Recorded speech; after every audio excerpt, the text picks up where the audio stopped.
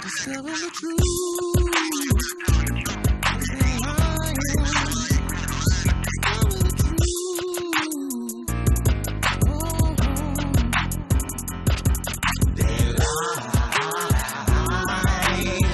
Better know who you are. Discover the truth.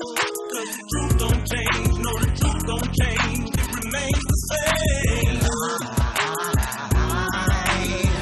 Better know who you are. Discover the truth. What's all this talk about being black and Indian? I'm half this, half that. You must be kidding. Original, we the first to do it. And all these other nations are just our children. Even the pale skin was made in our image. Read the book of Ruth and check out your lineage. It's the melanin that gives us a dark complexion. That's the gene, no color separation. The Willie Lynch let it work to perfection. 2000 something and y'all still guessing. Don't know your nationality or your family tree, 'cause you refuse to listen to the prophet you are lead. So I put it in a rap to a mad production. So while your head bobbing, you can start to learn something. A great importance, there's so much to learn. Rewind and track and soak it in. Oh yeah, we here. And it's a new look, y'all. Yeah, tricked y'all today.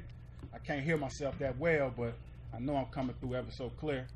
What's going on, y'all? Y'all tuned into the best. This is the Think Tank Show. You tuned in to TV 33 WHPR, and I'm your host, Brother A. Sutton Bay. Today we got, per usual, one of them hot topics. You can't deny the fact that in order to know where you're supposed to be, you got to know where you come from. So today's topic is going to be based on where we come from. Those that sacrificed for us, those that put their life on the line. And to hear from the authenticity of the, or coming from the voice of authenticity of the civil rights struggle is something that humbles, or should humble, every last one of us who is living today in this particular era of time, especially with the milestone events that we have experienced in life with the presidency of President Barack Hussein Obama and the beautiful Michelle Obama and Sasha and Malia. That within itself, it shows us the sacrifice that was made. And a lot of times we take advantage or take for granted that the sacrifice that was made for us in the civil rights struggle, whether it be in the 40s, the 50s, and the 60s, and the 70s, and some arguably would say the 80s, because when you look at COINTELPRO, that particular program that was put together by the Federal Bureau of Investigations, or J. Edgar Hoover, that particular program itself was basically based on to kill the spirit of our people in the struggle. Well, today we're actually going to give you an opportunity to see the face that comes from the legacy of the civil rights movement that's Detroit can claim to be its own. We're blessed with an energy today that a lot of people is going to be able to say, I didn't know that, or I didn't know that existed. It's a lot of stories out there that hasn't been told, that is still the backbone of the civil rights movement. It is still the strength and the muscles and the spirit and the courage that was able to kill off that ugly monster that we call Jim Crow. I know a lot of you who are, let's say, 18 to 30 may not appreciate,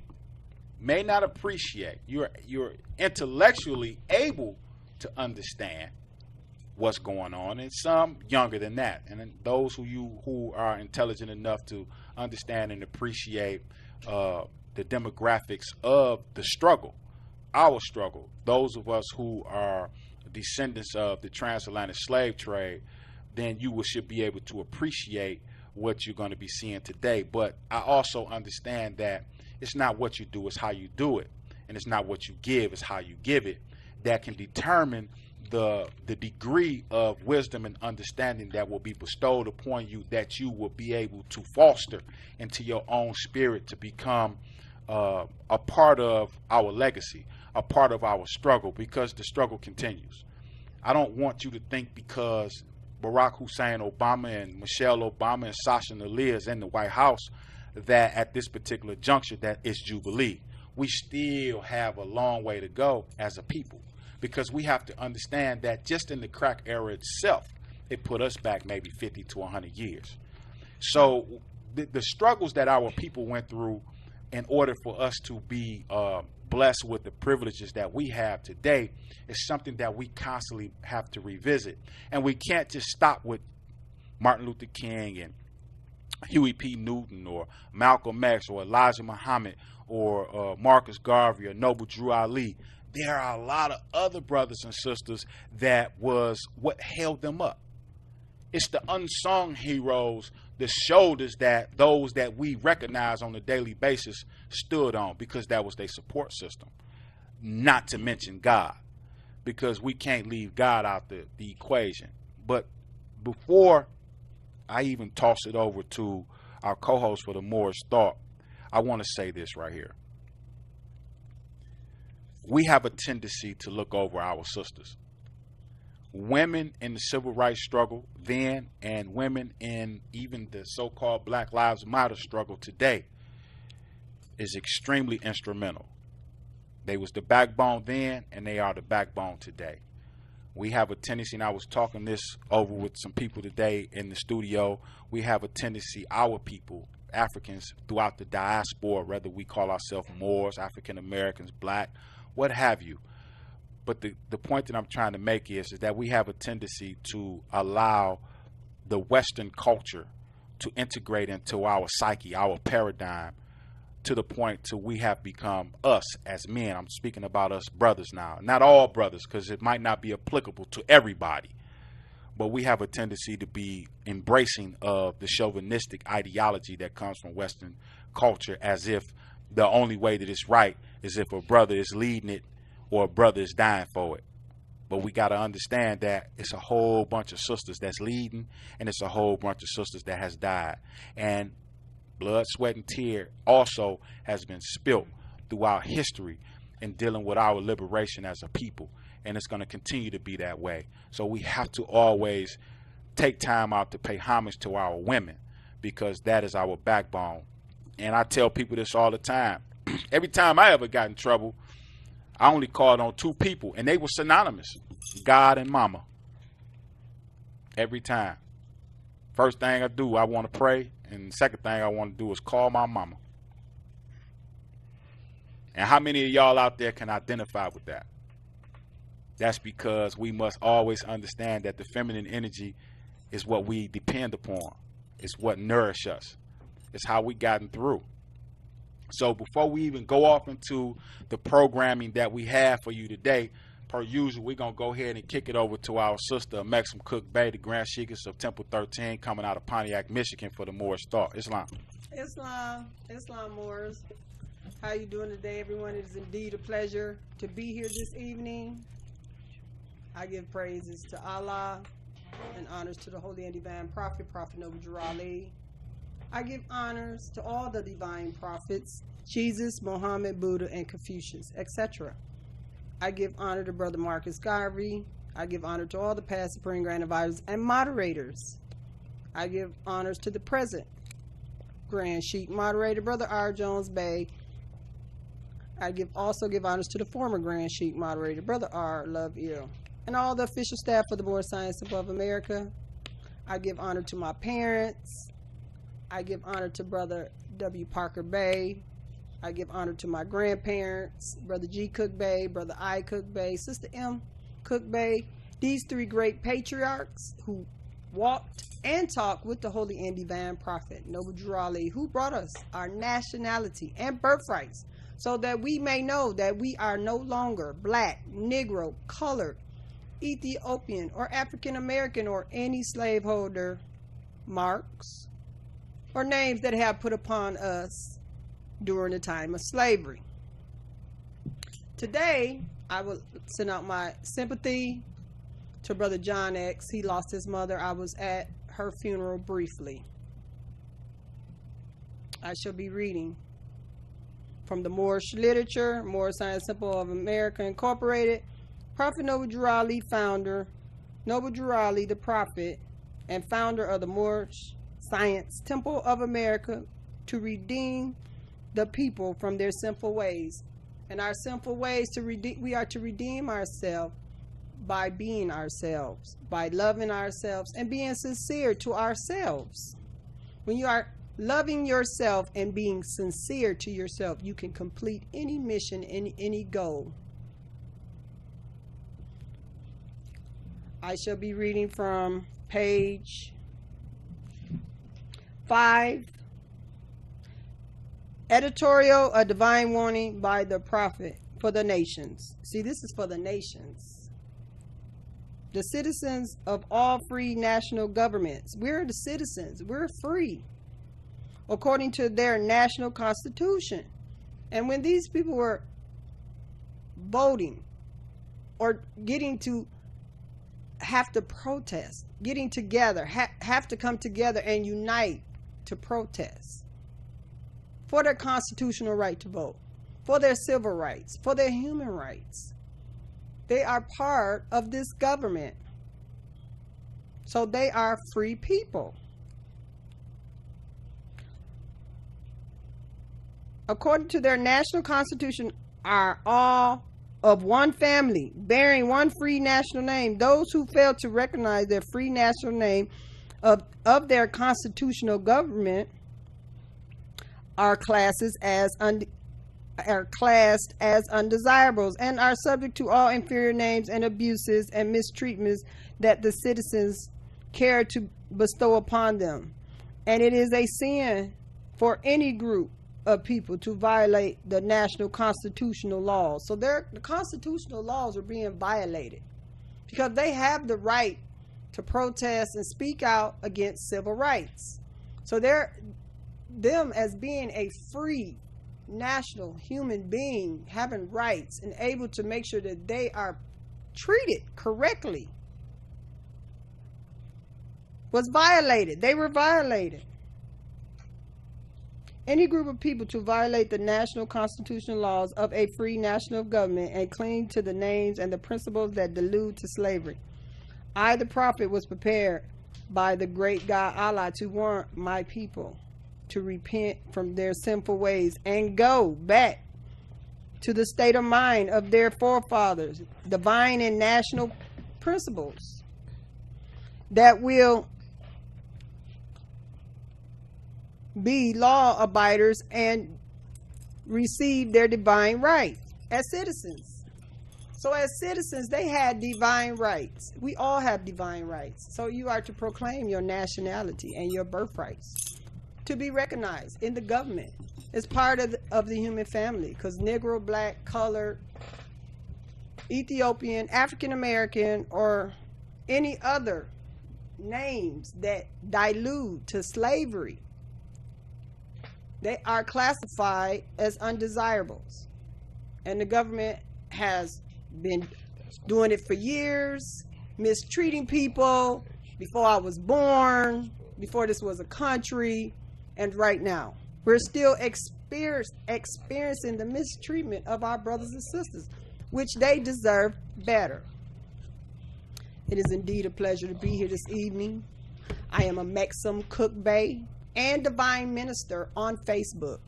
We have DVDs for sale. The Seventh Sign by Brother Kendrick's Ill, and he has beautiful songs to enlighten you of your nationality and birthrights.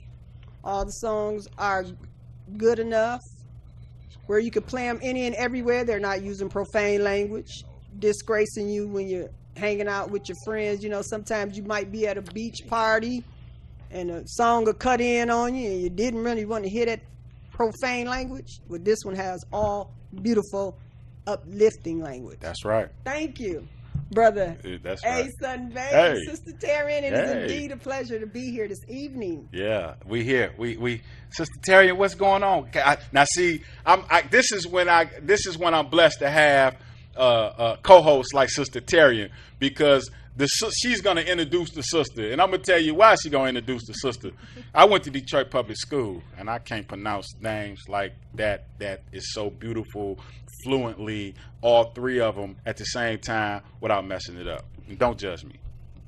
Sister Terry, who we got? Asante. So today we're joined by Sister La Saria Candy Allman. who See what I'm is saying? here. Say that again, because I know y'all didn't. I know y'all didn't get that right out there. I can't be the only one that went to Detroit Public School. We airing out of Detroit Public School. So slow it down and say it to him one more again. Or Lasseria, would you like to introduce yourself? Yes. I am Lasseria Candy Almond. See what I'm saying? Lasseria Candy. How can one person have all three beautiful names? That's just not fair. Yes. Well, just say I got thank a you to blessing your here. mother I got a blessing. Yes. for naming you.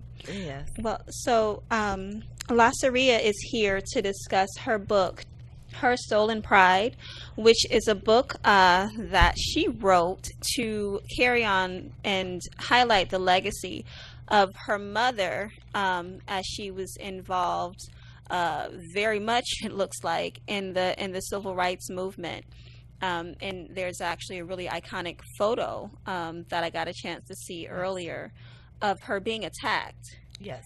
Again, going way back, this is 1963, and dealing with police terrorism. She's being attacked by somebody many times her size, whose job it's supposed to be to protect her rights. Yes. And we're kind of seeing the same thing now, just a couple generations later. It's amazing, all in one lifetime. We're right back here. So what led you to write this book and to talk about the legacy? And again, this is Her Stolen Pride. Number 2. That's her Number stolen 2. pride. Number 2. The life and times of civil rights activist Mamie King Chalmers, who we're going to get a chance to speak with a little later on. Yeah, that's gonna be the treat right there. Y'all gonna love that. Well, it started with I wanted the world to know about my mom. When I was very, very young, I had told my mom that I was going to write a book about her once I grew up. Wow. And she because she had did so many great, miraculous, brave, she was courageous things, and when I was young, I was like, oh my God, that's my mom that did all of those things. That was my mom that stood up to the dogs. That was my mom that was against that doctor's office building getting blasted and hammered by that water hose. Sacrifice. And every Black History Month, we would always see the photos of my mom, because it was so many of them of her during that time in 1963 in Birmingham. It was so many photos of her out there in the forefront. So I would see these photos and pictures of my mom when I was in class and in school, and I would tell everybody, that's my mother right there. That's my mother that was out there doing these things. So, I know that had to be a proud moment. You know Yes. how we is as children, Yes. especially our people. Yes. That's my mama right there. Yes. What your mama do? Right. Yes. And I was so proud of her, and still is proud of her today, and even more so because I'm an adult now, and I can really understand what she really went through back in those times, And so I told her when I was like about 14, 15 that I wanted to write a book about her. She told me, she said, oh, everybody already knows about me.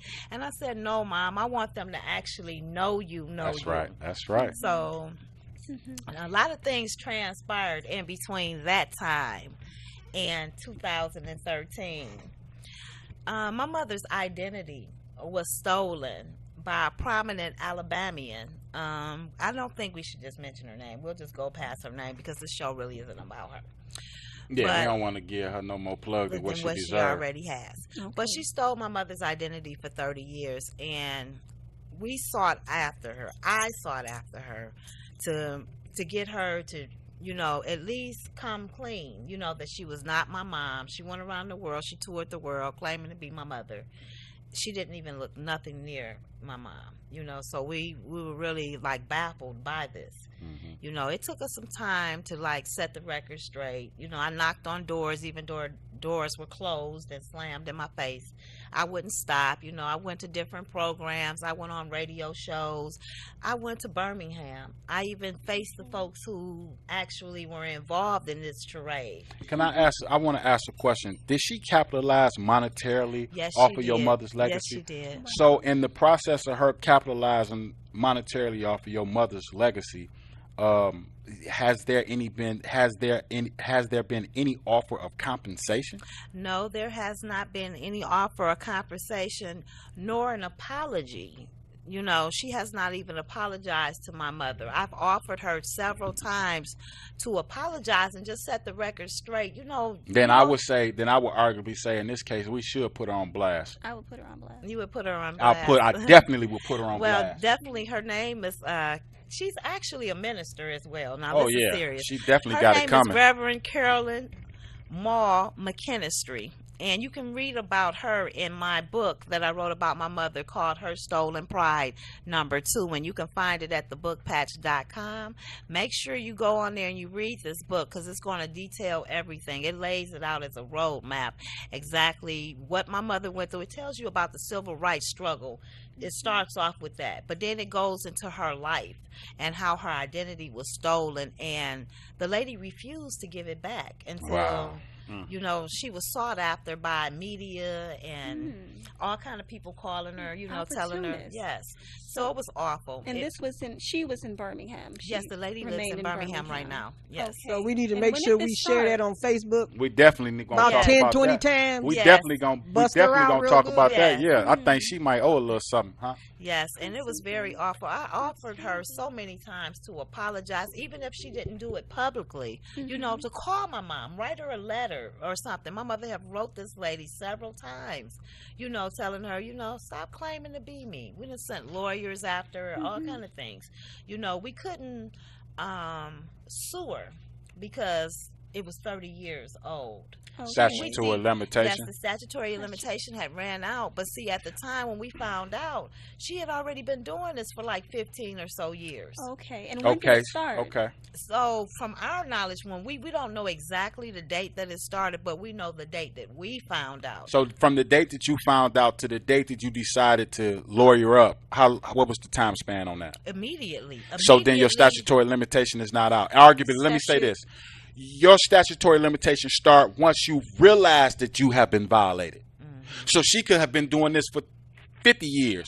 But if you don't know about it until today, and then you choose to file a lawsuit a year from now, you still within the realm of your statutory So limitation. when did you become So whoever aware? told you that, I We think they're in became error. aware in 97 that that's when we went after her. We became aware in 97, and during the process of that, the statute of limitations did run out. I don't want to, you know, I'm not really. I want to bite off into Yes, it. I So really forgive do. me. I'm out my lane. I'm sorry, y'all. I'm Yes. PO because that's foul. It's foul because of everything. She received all kind of accolades and awards for my mother's pain, suffering, and struggle. It was my mother experiences and accomplishments of being out there on the forefront, leading the way, being targeted by Bull Connors. You know, it was my mother. It's that her was out life there. on it the was line. her life and her life story that was stolen. And what really shocked me the most was that my mama got honored down in Birmingham in 2013. They laid it out for her, you know. Okay. They did everything that they could do to try to set the record straight, to make it, you know, to make it real for her, to make her feel a little bit better about the situation, which it was horrible. But we walked into the mayor's office, and I was so shocked and surprised that it was a life-size mural of my mother on the mayor's office wall. And when I went to go in to speak to him, I was so shocked. I couldn't believe it. I said, how long has this been here? And he said, since 1980. Wow. I said, 1980. And this is a picture of my mom, exactly how she looks now. And you mean to tell me that we have a lady that's out here that's high, light-skinned, almost white-looking, claiming to be my mother? And you have a picture, actual life-size mural of my mother on the wall? You know what? And they never confronted her and say, that don't look like you? You know what? I'm fuming. Several people did one of the man's names was Tommy Wren. He ran the Civil Rights Heroes in Birmingham.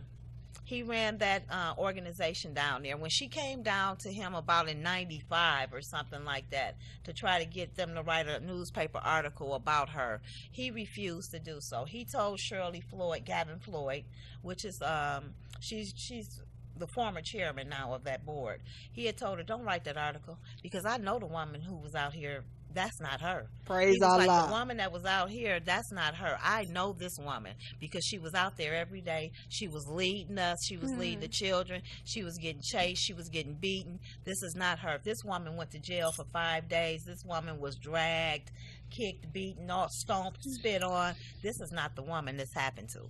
And so the lady, Shirley Floyd, refused to write that article. But what the irony of the story is, after all of these years of this lady claiming to be my mother and stole her identity and all of this, 50 years to the actual date of my mother being hosed on that building, Frank Donnelly of the Detroit News broke his story that the imposter, which is Reverend Carol Moore McKinstry, had broke his story about her being the imposter, and that the real person in the photo was my mother, Mamie King Chalmers. Now that was divine. I mean, 50 years to the actual date of her being hosed. Now that's the picture that the lady claimed that was her. But all of the other pictures of my mom, she never claimed, because they were pictures straight on where you could see my mother's face. Yes. See, this picture of my mom, her face was slightly turned just a little bit. Well, I'm gonna say this. I'm gonna throw this out there to the people. I mean, you know, I know y'all get a chance to see my beautiful face every week, you know, and I know at this particular time y'all want to see the face of this beautiful woman that she's talking about, and I would be, I think I would be foolish to stay on the camera and not make room that the sisters do what they do, because I think that that's something that is rewarding to everybody. But I'm gonna say this before we even go to a break and bring your mother on, so that the people will get a chance to see your mother and hear her voice. I believe in what is called the universal law. I believe in what is called karma. I believe in what goes around comes around. You know, what you do to somebody, expect for it to get done back to you. And from my Christian brothers and sisters' perspective, vengeance is his, says the Lord. Yes. She got it coming, as well as your mother got coming what she got coming.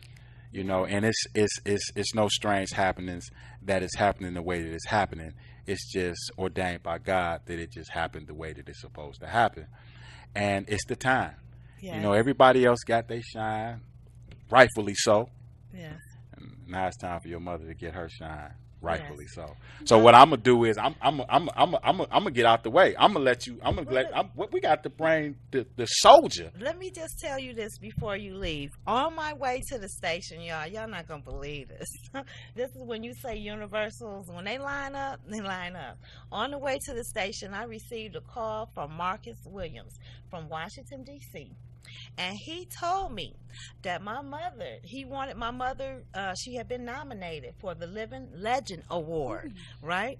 And that he wanted to hear her accept it over the phone so they can fly her to Washington next month to give it to her. See, and now, I'm like, see, the Living Legend see, Award, now, I'll see, bust now, out see, into now, it. see, now, see, stuff like this, you know, on the Think Tank show, it make me want to challenge, you know, your daughter to something she claims she can do, and that's the jit, you know. And I'm old school. I come, you know, it's time to jit. It's time to, you know, put on some music, now, because listen, what? my daughter can boogie now, so okay. So I need to stay in my lane. Yeah, I need to slow down a little bit. I think she'll rock you out. These old bones here, boy, I tell you, I'll be dipped in Epsom salt for a week. That made my day. I've worked so hard for my mom and her pride and honor. That's why I named the book Her Stolen Pride. Y'all make sure y'all get this book. It's Her Stolen Pride #2, and it's available at thebookpatch.com.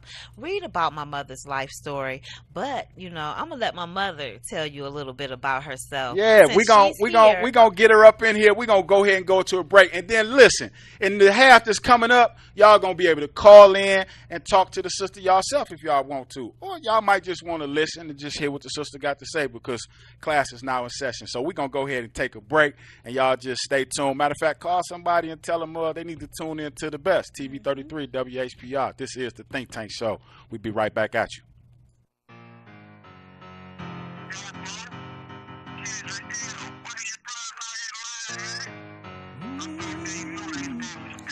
Discover the truth.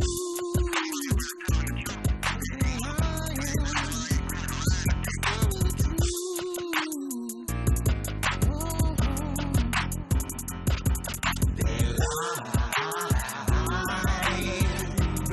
who you are, discover the truth. 'Cause the truth don't change, no, the truth don't change, it remains the same. Better know who you are, discover the truth. So let's talk about being black and Indian. I'm half this, half that, you must be kidding. Original, we the first to do it. And all these other nations are just our children. Even the pale skin was made in our image. Read the book of Ruth and check out your lineage. It's the melanin that gives us a dark complexion. That's a gene, no color separation. The Willie Lynch let it work to perfection. 2000 something and y'all still guessing. Don't know your nationality or your family tree, 'cause you refuse to listen to the prophet you are lead.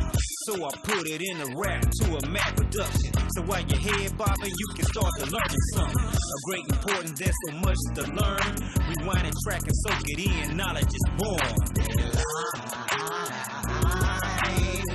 Better know who you are, discover the truth. 'Cause the truth don't change, no, the truth don't change, it remains the same.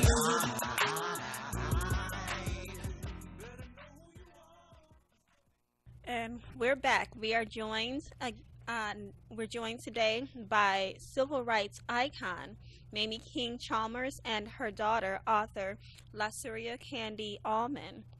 And we were just talking about this wonderful book that I can't wait to read, Her Stolen Pride, The Life and Times of Civil Rights Activist Mamie King Chalmers. And we were just discussing what was meant by the title, Her Stolen Legacy. And basically, there's someone who was pretending to be your mother, pretending to be you. Yes. And just really just disrespecting your legacy. And now finally the truth has come out, and you said that you spoke with someone earlier today. Yes. I was so excited. We were getting ready to come to the station, and I received a call from Marcus Williams from Washington, D.C., and he said that he just wanted to hear my mother. He had been looking for us for a while, but he had finally got the number like 2 weeks ago, and he had been trying to contact me for, the longest of times. And he said he just wanted to hear my mother say yes, that she would accept the award. And I told him, I said, I'm going to accept it for her. Yes. I'm like, yes. Okay, so did you speak with him? Yes. Okay, and you said? I accept the award to go to Washington, D.C. to receive this Living Legacy Award. That is so awesome. And when is that going to be happening? The middle of September. Okay. He's going to let us know. Okay. Well, we definitely look forward to seeing that. That is going to be wonderful. And a long time coming, obviously. Yes. So what did you teach your children about activism and your grandchildren? I taught my kids the way of life. I taught them about the things that was happening to our parents in Birmingham, Alabama, and throughout the South. How we were being mistreated and things that we could not do in Alabama. Mm-hmm. And they had to learn this. I drilled it in them every day, let them know what would happen if they did certain things. Okay. Now, did your children ever live in Alabama? Yes, they did. Okay. Mm-hmm. Okay, for how long? They were born in Birmingham. I have one that was born in Ohio, and I have 4 that was born in Birmingham. Okay. So they learned firsthand. And they learned well. And after doing that time, they not only learned from me. We are members of the Shrines of the Black Madonna, and they got a lot of education from the Shrines of the Black Madonna, which I credit today. Yes, in Detroit. In Detroit. Yes, ma'am. Detroit chapter, Shrine 1. I thought you looked familiar. It took me a minute. Okay. Yes, I am a revolutionary. Yes, ma'am. Yes, ma'am. Well, good to see you. So, what parallels have you seen, if any, between the human and civil rights movement then and the Black Lives Matter movement of today?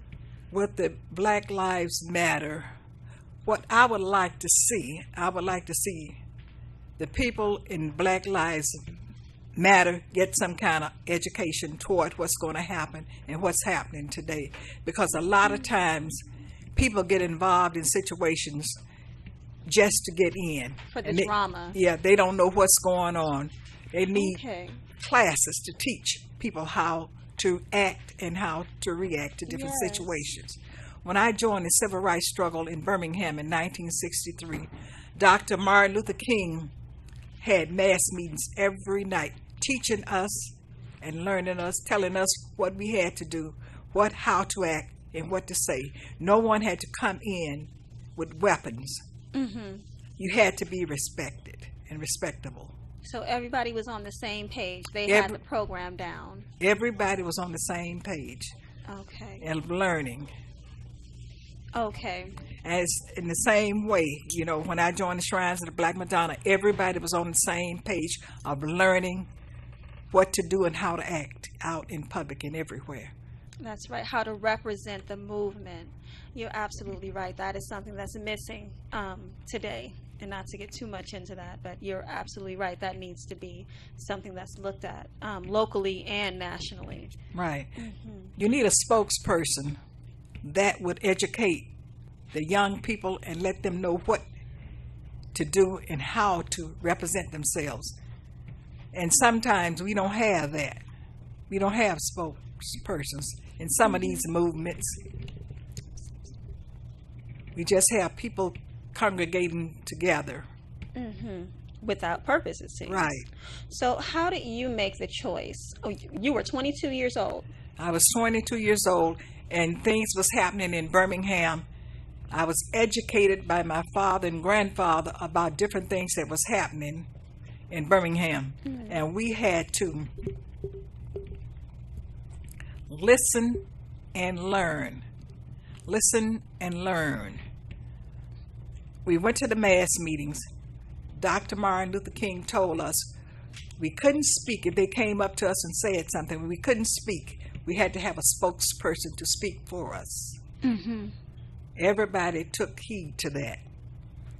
And he said, if you want to join the movement, blood might be shed. Some people might even lose their lives. And if you follow the movement down, you can see some people lost their lives. Some people, a lot of blood was shed for us to get where we are today. Mm-hmm. And it's going to take that kind of stuff. But we got to be willing to submit ourselves to that kind of environment. That's some serious sacrifice. And then as a result, this became an iconic movement. It was not just seen nationally, but all over the world. And you see all these copycat movements and other people, struggles in other places of the world. I know that the Black Panther movement came out of that and the Black nationalist movements, but then we see in India, they have Panthers there. They have the Dalit Panthers, Brown Panthers, and they're talking about civil rights, human rights, and that all seemed to spur from that time in history. And there's been so far nothing like it, and not even now. And you just really outlined some of the really key parts of that, which was just protecting the image of the movement and organization is really key. So that's something that we really need to look at. So I wanted to talk about, just get into some things in the book that are discussed. If you can just tell us a little bit more about the book. Well, the book starts off telling you about the events that transpired in 1963. It tells you about the struggle. It tells you about Jim Crow laws. It tells you about how we were treated as a people, as a whole, you know, the struggles that we went through just to survive, just to live, just to be in Birmingham. You know, Birmingham was not a very beautiful place for what you would call colored people at that particular time. You know, it was a lot of lynchings, hangings, beatings, rapes, all kind of different things that a lot of people have left out of their civil rights books. But my book, the book that I wrote about my mother, I made sure that I didn't leave anything out. You know, a lot of people decided to leave certain things out. So when they wrote their books, they didn't give you the whole truth. So I kind of put the truth in there. So sometimes the truth hurts, but knowledge is the key, you know, and we can move past the hurt if we have the truth. And that's what I did with that book. And the inside of that book, once you read it, it'll give you the right direction. It'll give you a better understanding of what transpired. Okay. Was there an economic component to the civil rights struggle?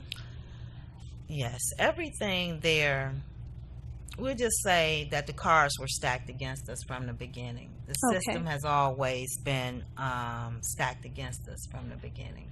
So that book, Her Stolen Pride, it outlines some of the things that occurred. And I mean, some of these things are frightening. You know, and some of the pictures of the things that happened back then were frightening. And Mom can give you a better account of the horrors, especially the horrors that she faced when she was arrested and she stayed in jail for 5, almost 6 days. Okay, please, if you could share. I want to go to the beginning. Before I went to jail, I went to the mass meetings at 16th Street Baptist Church, where the 4 little girls was killed, and we had mass meetings there every night. Dr. Martin Luther King told us, he was one of the spokesmen, if we wanted to go to jail, they didn't have no money to get us out. If you was willing to make that sacrifice, my family didn't give it a second thought, you know. After telling us they didn't have no money, I took the chance. I had a 3-year-old son during that time. My husband and the community, that's when we say a village helps with children, they helped with my son. And I went to jail and stayed in jail 5 days. I have my police record. When I went to jail, I went down there about 3 years ago and they released my police record. I have it here in the book. After I got out of jail, in jail, we had the inmates on one side. We had the other people on the other side they called agitators. The inmates got their food first. Agitators, they got their food. The police officer stood on top of the table and told us you cannot eat any food in Birmingham jail. We could not eat for the whole 7 days. 6 days I was there. But they didn't have no money to get us out. The Northerners sent money down to help bail everybody that went to jail out. So when I got out of jail, I went back the next day and to the civil rights struggle. That day I went back. That's the day I got attacked with the water hose. Okay. And I'm deaf right now in my right ear with the high pressure water hose. But the struggle continues. It hadn't stopped yet. And we must continue to struggle and do the things that need to be done. We've got to come together as a people first to get some of these things done. Learn and educate our children. And while I was in Birmingham, I had a job working for this lady. I made $2 a day. Not $2 an hour, $2 a day. All day. Scrubbing floors, washing windows, all kind of work she laid on us. I heard her on the phone telling the lady, I got this in here working and I'm going to give her $2 a day. This lady cooked some soup. I smelled the soup. I wanted some of that soup. She told me, I got your food in the basement. I went downstairs to look for it. Mind you, I had a molded hot dog, molded piece of bread on a cracked plate, a small can of pork and beans. The fork and spoon was rusty. And I looked at it. I said, no, I cannot eat this. I went back upstairs and I told her I couldn't eat it. She said, well, how come it? You don't have anything. I said, I might not have anything, but I'm not going to eat this. So I stood there for a few minutes, and I was getting kind of angry. I said, I better get out of here before I get killed. So I told her, give me what I have earned thus far. She went in her pocket and had me 35 cents. 35 cents. And I left her house, never to return again, because it was inhumane and it wasn't a way to treat people. Clearly inhumane. So are we too comfortable now? Is that what one of the problems? We are too comfortable now. Things are too easy. Things come about easy. And I'm going to tell you a couple other things about Birmingham and going into these different stores. A lot of people today don't know what window shopping is. Okay. We had something in Birmingham you call window shopping. They would put clothes out in the window, in the department stores, in the window on Friday nights and Saturday nights. So Sunday morning, Sunday afternoon, when you come home from church, you ate your dinner, you went downtown and window shop. You went inside the store on Monday to purchase the goods, whatever you saw, you went inside there to purchase it. Okay. You could not try clothes on. They would put a string around your waist, and that's the size clothes that you wore by putting the string, measuring your waist. That's the size clothes you would wear. They also did that with shoes. You could not try on shoes. You could look at them. They'll bring a bunch of shoes and put them on the floor. You say, I want that pair. They pull that string out and measure your feet. And whatever size, lengthwise, you would get that shoe, but they never measured the width. And they always said, that's the reason so many people in the South had bad feet, because they wore shoes that were too small for their feet.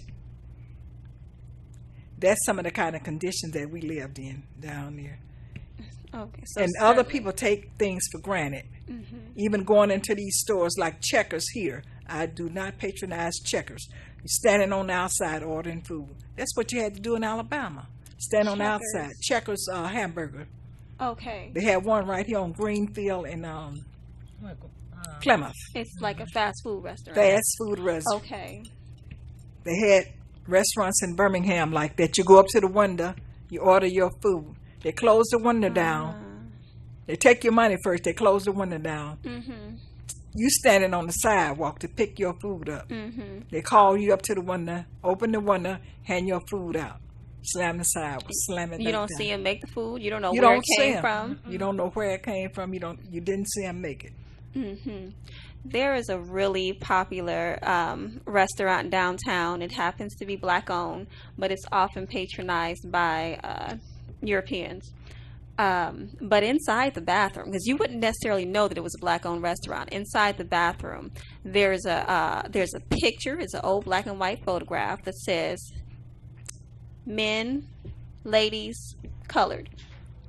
So just for clarification on something like that, for people who need to be reminded, the colored bathroom, was that for both men and women? And it sounds like they're separating. They're saying that ladies and men, there's no separation there. But the colored, it just is. All colored lumped in together. Yes. Right. Yes. And somebody need to protest against that and have them to take that sign down. Oh, no. It's as a reminder. Just, and for those of us who never knew or who forgot. It's in the bathroom. It's a really nice restroom. But they put that picture there to make sure that people remember. So I'm telling you, most of the customers, when you walk in, you would have no idea it was a black-owned business, because most of the customers are European. But when you go in the bathroom, it says, okay, here's a little piece of history, just so you don't forget. Yeah. This is what it used to be. So what is it that we need to take from, what is the legacy that you would want to have passed down? One of the legacies that I would want to have passed down is educate the children. Let them know how many of their ancestors died so they could get where they are today. My father helped register people to vote. He never voted because he died in 1965, and the voting right bill was not passed until August the 6th, 1965 by LBJ. Okay, so your father helped to organize to get people registered to vote, and he never could got to vote himself because they had different laws. If you was illegitimate, you couldn't vote. You couldn't read. You couldn't vote. They had you all couldn't kinds. write. They had all kind of laws. If you throw a penny up in the air, whatever side it, you totally arbitrary. Yes. And the other people weren't put to those kind of tests. No. How many they were rice? ridiculous. How many rice pellets in a bag? How many beans? I've seen some of those. It's all absurd. that happened. That's crazy. And a lot of people don't know. And then today, the things that people, especially black people, had to go through it, they won't even get out and vote. I hear a lot of people. I have registered people to vote, and they'll say it's not going to do any good. It won't do no good unless you get out and vote. I kicked out a campaign in Houston, Texas, last year. It was this year. No, it was last year. Last year. Wake Up and Vote. Wake Up and Vote. And the little kids down there would have to wear a little kicker on their chest saying, I cannot vote now, but you can vote. Please vote. Wake up and vote. Wake up and vote. So it seems like for your family, the struggle has been like multi-generational. Right. Your father was out there working, you did, and so what your children and your grandchildren, what is it that you see as their path? What is the job they need to do to take on and continue the legacy? They need to help educate their generations. This goes down from generation to generation. And they need to help educate their children and grandchildren and let it go on, let the legacy go on. Okay, and what do you say to people who say that we have talked about this enough, we've had enough African-centered education, we've had enough black stuff, this is a post-racial society. Look, we have President Obama. What do you say to those people? I hear that all the time. What do you want? We have a black president. We have different things in the White House. Thank you. I'm sorry, y'all, but I need to thank her because we coming at the end. We at the end of this particular program, and I know she has something that she needed to say, but I just wanted to express how I feel right now on camera because this is a historical moment. We have an icon with us, and it's one of our unsung heroes. And I'm extremely appreciative of your sacrifice that you made for us and everybody that's out there that take one thing for granted, and that's the right to vote. And we appreciate you. Thank you so much. Thank you for bringing your mother and sharing this story with us and the world. This is a movie. This is an expression. This is a song. This is a book. This is divine love. And we appreciate you too, sister. Oh, thank you. Listen, Maxim Cook Bay got something she need to announce to y'all before we go off the air. But, she need to put that in the ethers. But I just needed to say, y'all, this is the Think Tank Show. And this is the best station in the nation, TV 33 WHPR. Islam, it is time to think. And yes, what I just read from the Moorish literature, the prophet speaks about the conditions of the South and the Jim Crowism. And the Moorish literature that I was reading earlier, there is documentaries and editorials that he speaks about. To get the Seventh Sign CD by Brother Kendrick's Ill, you can call me at 248-759-9834. That's 248-759-9834. Temple number 13 is definitely making sure that the message get out. The song that we've been playing is The Truth.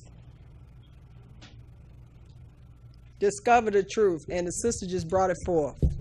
Thank you. Asante. And so we have just about run out of time. I do want to remind everyone to come out on Saturday for the Marcus Garvey Improvement Parade, which is going to be starting in Highland Park at Woodward, between Glendale and Highland, and it's going to end at Avalon Village, also known as Jacoby Raw Park. Also known as Jacoby Raw Park. And it's going to begin at 11:45, and we'll be finishing up at Jacoby Raw Park at 2 p.m., and that is for the Marcus Garvey Improvement Parade. So please come on out and join us and support the businesses and organizations that are associated with the parade. And we have run out of time, and I just want to say thank you so much. I know that we'll be able to share more information about the book and upcoming events that happen in September. You're going to be going to DC, so we definitely want to hear more about that. Also, I just wanted to say to Detroit, I'm having a very, very special birthday party. It's going to be Sunday, August the 14th. This coming Sunday, 2 days away. It's going to be at 18300 West 7 Mile, the Star Life Bar and Grill. Y'all come out, say hello to me. We'll take some pictures. I'll put it in my next upcoming book. Make sure you come out, say hello. We'll take some pictures and talk about a few things. And thank y'all so much, Detroit. Okay, so that was 18300 West 7 Mile, and what's the name of the venue? Star Life Bar and Grill. It's on the corner of 7 Mile and Rosemont. The event starts at 9. It's from 9 to 2. And 107 will be there, and also Brother Bay will be there as well. Awesome. Okay, so I now will we be have there. something to do on Sunday. Thank you. Okay, well, thank you so much for joining us again. This was Mamie King Chalmers and her daughter, La Surya Candy Almond. Thank you so much, both of you, for joining us. I wish we had more time. Thank you so much for having us. And thank you for tuning into the Think Tank Show. Thank you.